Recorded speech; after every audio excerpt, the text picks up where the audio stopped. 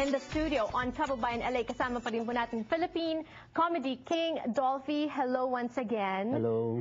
Marami pong salamat sa inyong mga tawag kanina. Dolphy, maraming nagtatanong sa iyo. Moving forward, looking ahead, on February 3rd, you signed a deal with ABC5. Is this the end of your relationship with ABS? Of course not. Non-exclusive contract naman yun eh. So, kung meron silang project ang ABS-CBN, pwede ako.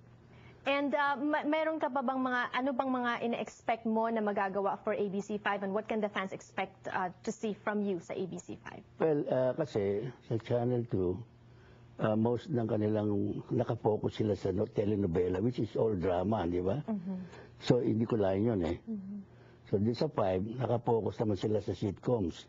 Which is your line. Yeah, my line. Right. So, Tungkol sa mga sitcoms, Dolphy, may mga nagbago ba from the time that you were acting during, Japanese occupation, nagko-comedy ka na noon, up to this time, may mga nabago ba in terms of comedy? Nagbago ba yung taste ng mga Pilipino? Nagkaroon ng era na brown comedy, green comedy, slapstick comedy?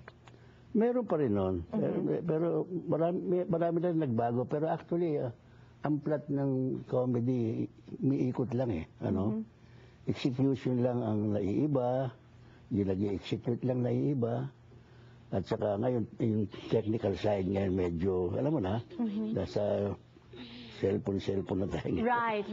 At saka yung social media, mas madaling kumakalat yung mga ginagawa natin. Yung now na, year de. Right, mga ganyan. But you have been through so much in your career. Marami ka na ring naranasan. What are you most proud of?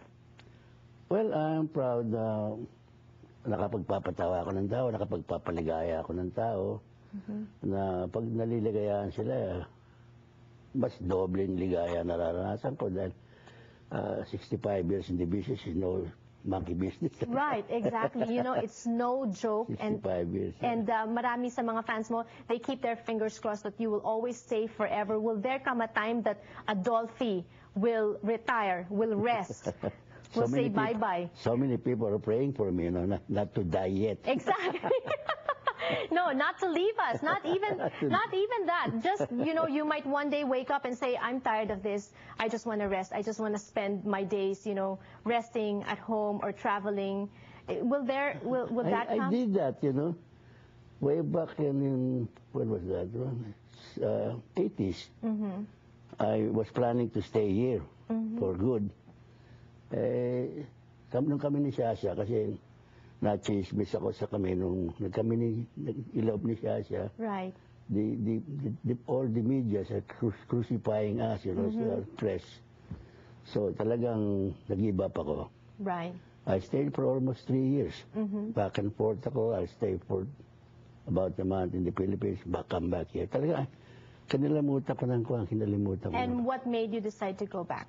Well, ayokong bumasa ng ng mga tungkol sa news, sa movie or what. But tinawagan ako ng Channel 2. Are you sure ka ako? You still want me there? Kasi nung kami ni Shasha, nag-back out ng mga sponsors. Kasi alam mo na, talagang left and right ang Ang tira talaga. Crucify kami talaga. Right. Pero okay lang. After this, bumabalik ka. Sige ka ako. We will do this, and that, okay. Si Charo Santos ang kumuha sa akin uli.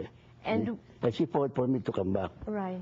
And, nung nandun ako, umpisahan pa lang, sinisiraan na naman ako ng media.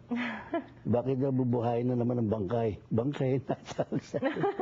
But we are very happy that you're back, and we wish you more success, good health, and we want to see more of you on TV and even on the screen. Thank you so much for joining us today on the show. It's a pleasure. It's an honor. Maraming salamat po sa inyong panonood. I'll see you again tomorrow.